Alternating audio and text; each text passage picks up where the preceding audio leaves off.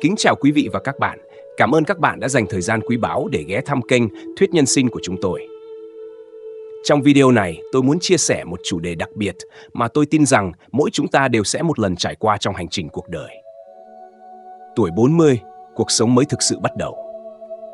Chắc hẳn chúng ta đã từng nghe qua câu nói này, nhưng có lẽ chưa bao giờ chúng ta thực sự dừng lại để suy ngẫm về nó. Hôm nay, chúng ta sẽ cùng nhau khám phá ý nghĩa sâu sắc đằng sau tuổi 40 và tại sao đây lại là một cột mốc quan trọng, đánh dấu sự trưởng thành của tâm hồn và sự nhận thức mới mẻ về cuộc sống. Nếu bạn đang bận rộn và chưa thể theo dõi hết video, đừng quên đăng ký kênh và lưu lại video để quay lại vào lúc khác. Chúng tôi luôn mong muốn được đồng hành cùng các bạn trên con đường học hỏi và phát triển bản thân. Bắt đầu hành trình mới. Tuổi trẻ đối với nhiều người luôn là quãng thời gian đầy hứng khởi và sôi động, giống như một cuộc phiêu lưu không ngừng nghỉ, nơi ta luôn tìm kiếm những trải nghiệm mới mẻ và khát khao khám phá thế giới. Đó là khoảng thời gian mà trái tim chúng ta luôn tràn đầy nhiệt huyết, nơi những ước mơ và hy vọng trở thành ngọn lửa cháy sáng, thúc đẩy ta tiến bước về phía trước. Trong những năm tháng ấy, chúng ta không ngại khó khăn, không sợ thử thách, vì tin rằng chỉ cần cố gắng hết mình, chỉ cần nỗ lực hết sức, thì cánh cửa của những giấc mơ sẽ luôn rộng mở, chờ đón chúng ta bước qua. Nhưng trên con đường dài ấy, liệu có bao giờ bạn tự hỏi mình, có bao giờ bạn cảm thấy mình vấp ngã, lạc lối giữa những lựa chọn không mấy rõ ràng? Có phải chúng ta cũng từng đối diện với sự thất bại, với những khoảng lặng trong cuộc sống mà trước đó tưởng chừng như sẽ không bao giờ đến? Những lúc ấy, không ít lần chúng ta phải tự vấn chính mình. Liệu mình đang đi đúng hướng? Liệu những gì mình theo đuổi có thực sự mang lại hạnh phúc lâu dài? Những câu hỏi ấy đôi khi có thể khiến chúng ta cảm thấy bối rối và lo lắng, nhưng cũng chính chúng giúp ta trưởng thành hơn. Khi thời gian trôi qua, ta cũng dần nhận ra một điều rằng những năm tháng tuổi trẻ không phải là vĩnh cửu. Một ngày nào đó, khi bạn nhìn lại, có thể bạn sẽ giật mình nhận ra rằng mình đã bước qua tuổi 30, một cột mốc mà trước đây dường như còn rất xa vời. Chính lúc ấy, chúng ta bắt đầu cảm nhận những thay đổi trong cách nghĩ, cách nhìn nhận cuộc sống.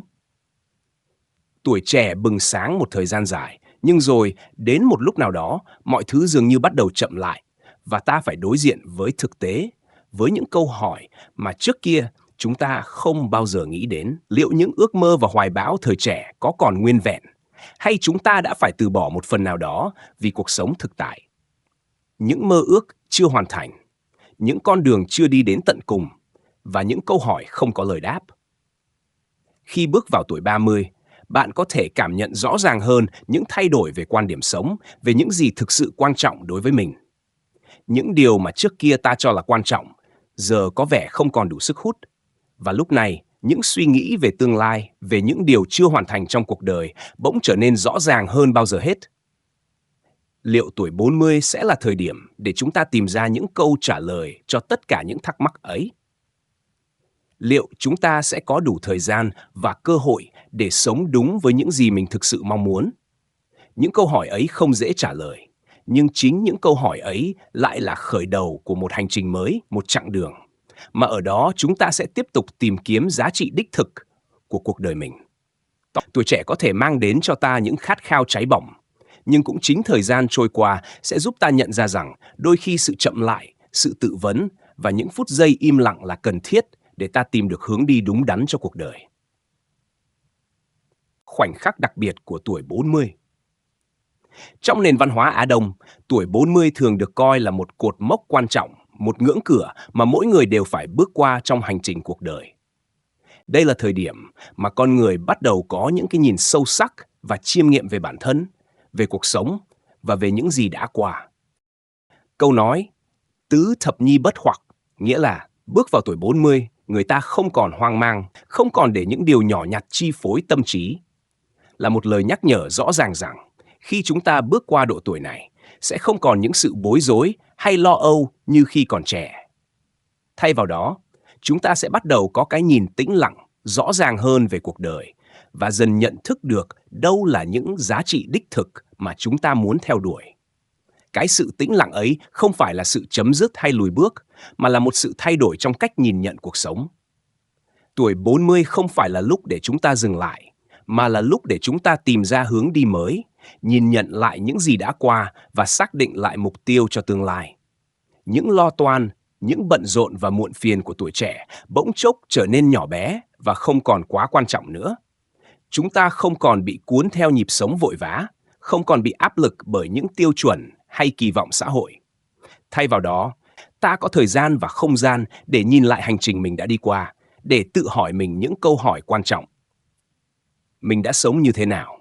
Mình thực sự muốn gì trong phần còn lại của cuộc đời này? Tuổi 40 là lúc chúng ta bắt đầu có sự bình thản trong suy nghĩ và cảm nhận. Đây là giai đoạn mà những trải nghiệm trong quá khứ không còn là những vết thương hay nỗi đau, mà thay vào đó là những bài học quý giá, là những câu chuyện mà chúng ta có thể chia sẻ với người khác. Những gì đã từng làm ta tổn thương hay thất bại, giờ đây lại trở thành những mảnh ghép giúp hoàn thiện con người chúng ta. Mỗi vấp ngã, mỗi sai lầm dường như đã trở thành một phần của sự trưởng thành, giúp chúng ta hiểu rõ hơn về bản thân mình và về những gì thật sự quan trọng trong cuộc sống. Vào tuổi 40, chúng ta cũng bắt đầu dần nhận ra rằng cuộc sống không phải lúc nào cũng chỉ có những mục tiêu lớn lao và những thành công rực rỡ. Đôi khi, hạnh phúc chỉ đơn giản là những khoảnh khắc bình dị, những mối quan hệ thân thiết và những giây phút yên bình mà ta có thể tận hưởng mà không phải lo nghĩ nhiều. Đây là thời điểm mà chúng ta bắt đầu đón nhận những thay đổi trong suy nghĩ và cảm xúc, không còn đặt nặng những tiêu chuẩn xã hội hay sự đánh giá của người khác. Thay vào đó, chúng ta bắt đầu sống thật với chính mình, sống với những gì mình thật sự muốn, với những giá trị mà chúng ta trân trọng nhất. Đây cũng là thời điểm để ta nhìn nhận lại những mục tiêu, đam mê của bản thân một cách rõ ràng hơn. Không còn sự phân vân, không còn sự mơ hồ, mà là một cái nhìn thấu đáo về những gì ta thực sự mong muốn đạt được. Những năm tháng trước đó có thể là những năm tháng bận rộn với công việc, với những lo toan cuộc sống. Nhưng vào tuổi 40, chúng ta có thể dừng lại và suy nghĩ về những gì thực sự quan trọng. Có thể đó là gia đình, là bạn bè, là những đam mê chưa được theo đuổi, hoặc đơn giản là một cuộc sống bình yên, không còn những âu lo.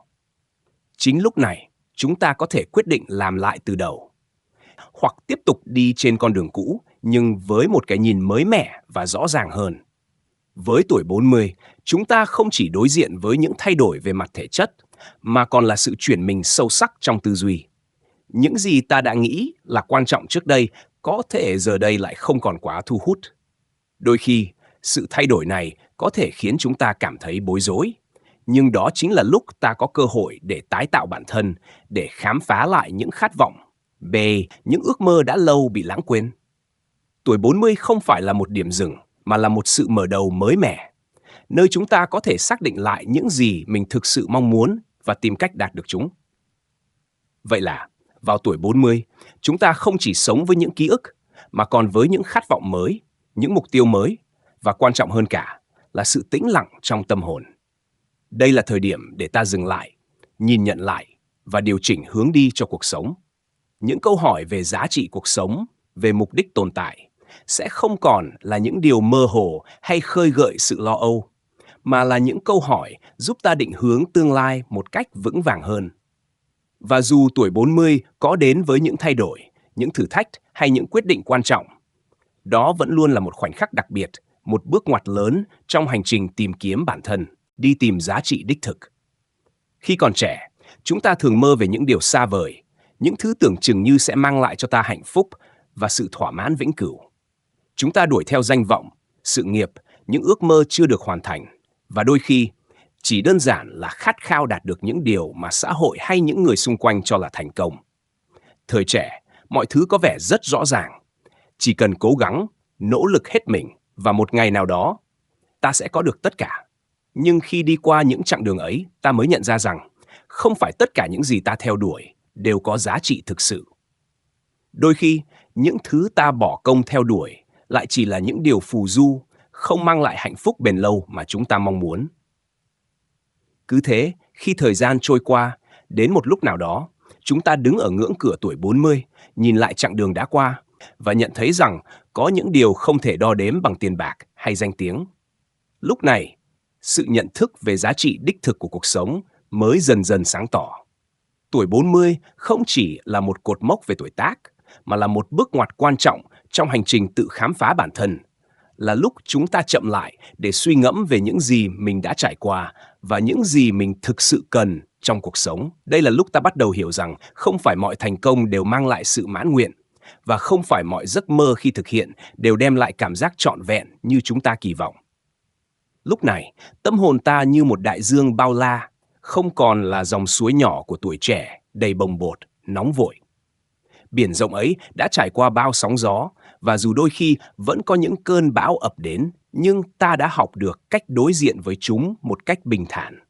Không còn sự hoảng loạn hay sợ hãi trước những khó khăn, ta đã có đủ sự kiên nhẫn để kiên cường vượt qua.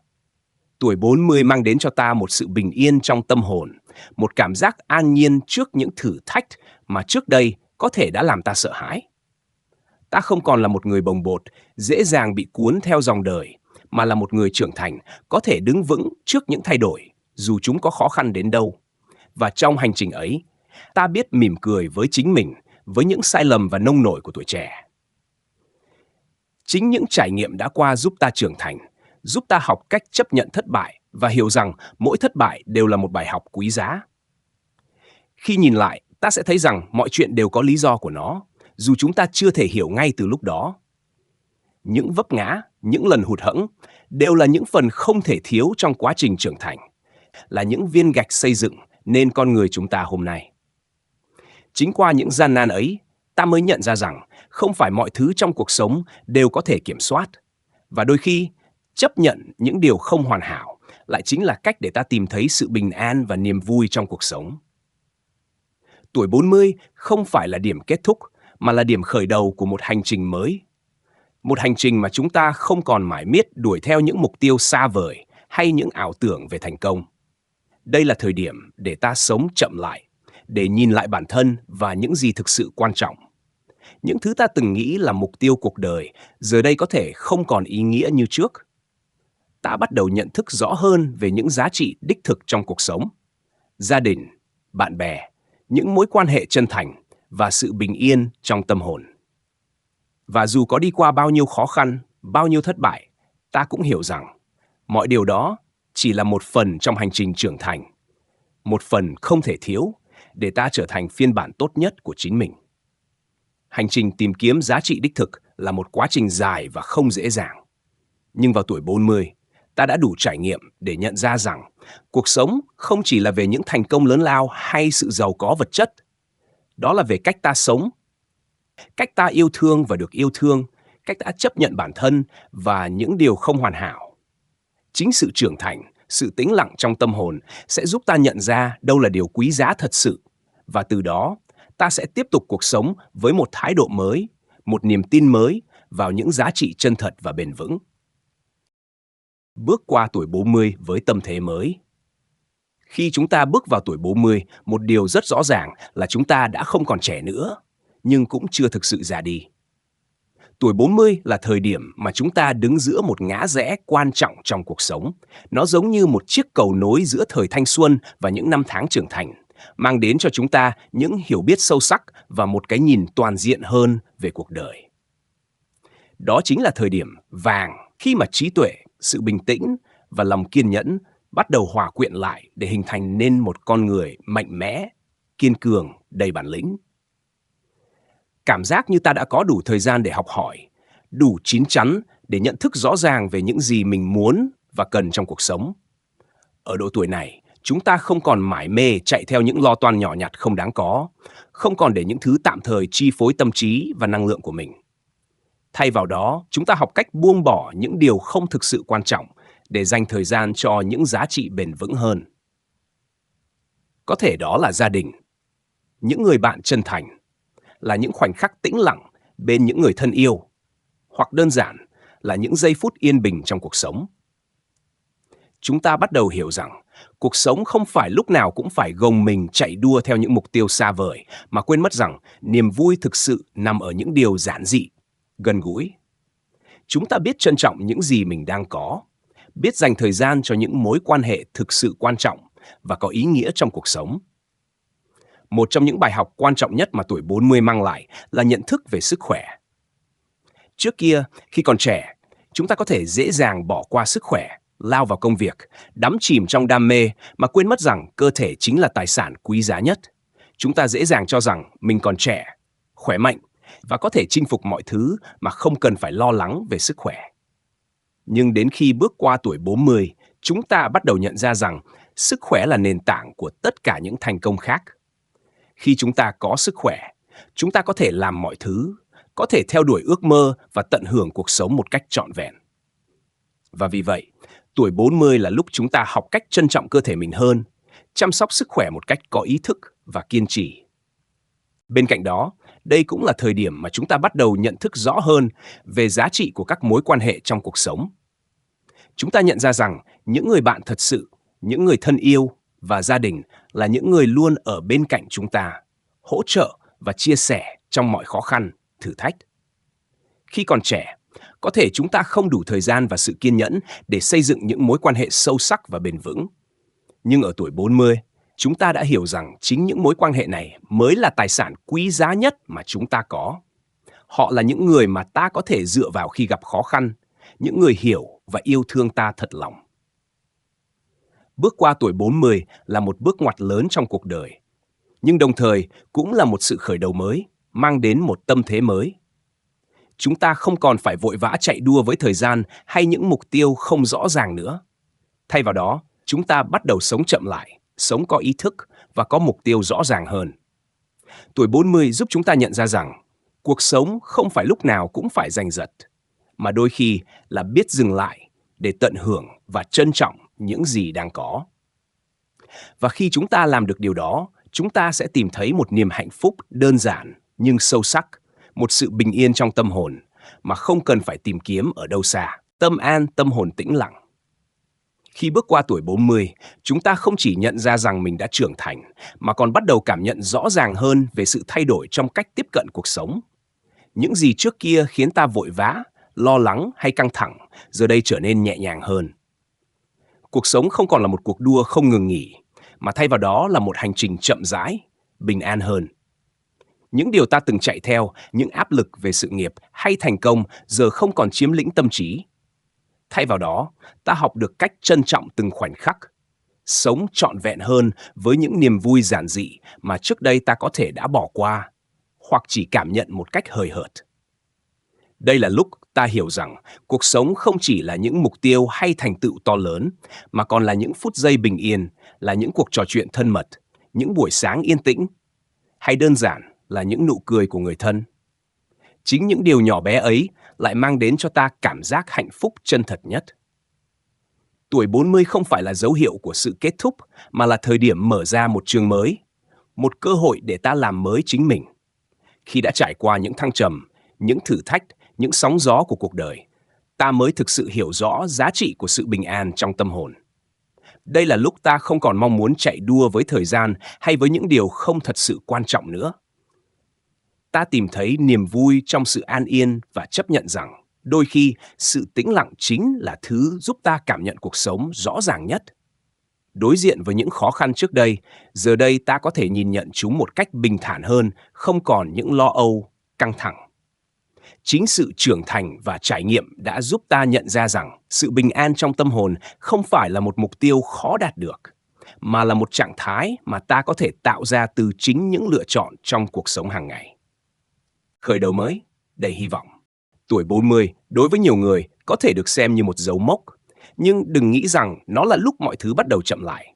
Thực tế, đó chính là cơ hội tuyệt vời để bạn khởi động lại, để làm mới chính mình và theo đuổi những ước mơ, những đam mê mà trước đó có thể bạn chưa dám hoặc không có cơ hội thực hiện. Có thể bạn không còn chạy đua với thời gian như khi còn trẻ, nhưng bạn sẽ sống một cách ý nghĩa và trọn vẹn hơn. Những điều bạn từng nghĩ là quan trọng vào tuổi trẻ giờ có thể không còn là ưu tiên nữa, nhưng sự thay đổi này mang lại cho bạn một cơ hội lớn để làm những điều mà mình thực sự yêu thích, để khám phá những khả năng mới, những đam mê mới mà bạn chưa từng nghĩ tới.